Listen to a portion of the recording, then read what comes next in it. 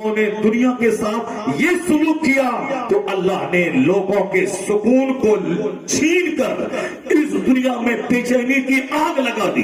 اور آگ لگانے کے لیے کوئی بہت بڑی دوسری فوج کو ہندوستان اور امریکہ پہ اٹیک نہیں کروایا، وہی اس طاقتور انسان کو ایک کیڑا جس نے نمرود کو ایک نمرود کے پاس بھیج کر اس کی ساری بادشاہت کے گھمنڈ کو مٹایا تھا، جس کیڑے نے بڑے بڑے وقت کے سورما کو لوگوں کے سامنے تڑپ تڑپ کر مرنے پر مجبور کیا تھا، جو کیڑا مچھر کی صورت میں سماج میں بڑھ جائے تو رات کی نیند حرام ہو جائے، اسی کیڑے سے جو انسین کیڑا جس کو دیکھا بھی نہیں جاتا ہو، اس کیڑے نے امریکہ کی نیند اڑا دی، اس کیڑے نے چائنا اور جاپان کا غرور توڑ دیا، اس کیڑے نے ہندوستان کے سورماؤں کا گھمنڈ اور غرور مٹی میں ملا دیا، جو کہتا تھا میں اسے نکال دوں گا، مار دوں گا، بھگا دوں گا، ان کا سارا گھمنڈ چور چور ہو گیا، اس کیڑے نے اسے گونگا بنا دیا۔ امریکہ کا وہ شہر جو 24 گھنٹے کی رنگینی سے بھرا رہتا تھا وہاں تالے لگ گئے، ایئرپورٹ پہ کتے بولنے لگے، یہاں تک کہ ریلوے اسٹیشن پہ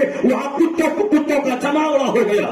گھر موڑ کی فیکٹری پہ تالے لگ گئے، لوگ اپنے اپنے گھروں میں قیدی بن کر ہر آدمی کا گھر جیل خانوں میں تبدیل ہو گیا۔ جس نے رب کی مسجد کو ویران کیا، جس نے اللہ کی خوبصورت دنیا کو پاپ سے بھر دیا، زنا اور شراب سے بھر دیا، تو اللہ جو جہنم کا عذاب تیار کر کے رکھا ہے اسی کی جھلک یہ کورونا کی صورت میں اللہ نے دنیا والوں کو بتا دیا کہ تم نے میری دنیا کے ساتھ یہ سلوک کیا ہے، اب میں تیری دنیا کے ساتھ یہ سلوک کرتا ہوں۔ ایک چھوٹا سا کیڑا جو تیرے سکون کو چھینا ہے یہ ہلکا سا عذاب ہے، اگر اس سے نہیں سمجھا، جو دھواں سے نہیں سمجھتا ہے پھر اس کی طرف آگ استقبال کرتی ہے، جو اس کیڑے سے نہیں سمجھا، یو ٹرن نہیں لیا، سچی توبہ نہیں کی، وہ دردناک عذاب کے لیے تیار رہے۔ جو اللہ کی دنیا کے ساتھ اچھا سلوک کرتا ہے اللہ اس دنیا میں اسے جنت کے سکون کی جھلک دیتا ہے، اور مرنے کے بعد جنت کی بہاروں کو اس کو قربان کر دیتا ہے۔